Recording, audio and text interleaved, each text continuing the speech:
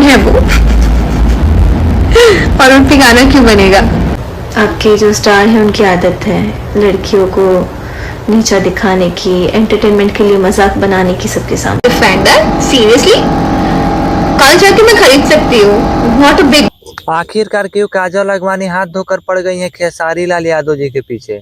अभी उनका लड़का ना चाहिए डिफेंडर वाला का विवाद चल ही रहा था, तब तक एक न्यूज सॉन्ग लेकर आ चुके हैं। जी हाँ दोस्तों, इन दोनों काफी ज्यादा चर्चे में चल रही हैं। काजल अगवानी काफी ज्यादा विवाद से घिरी हुई हैं, जहाँ भी जा रही हैं उनको ट्रोल ही किया जा रहा है। खेसारी लाल यादव जी के फैंस के द्वारा काफी ज्यादा ट्रोल हो रही है काजल अगवानी। इसी बीच उनका एक न्यू सॉन्ग है, जिस सॉन्ग का बोल है मिक्सर मशीन।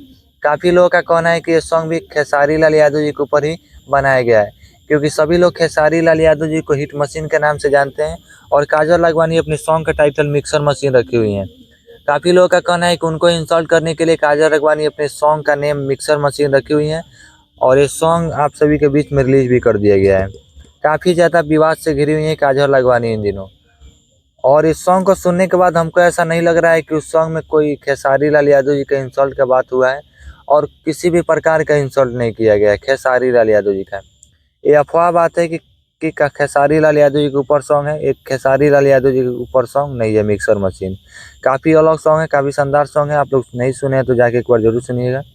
सुमित चंद्रवंशी।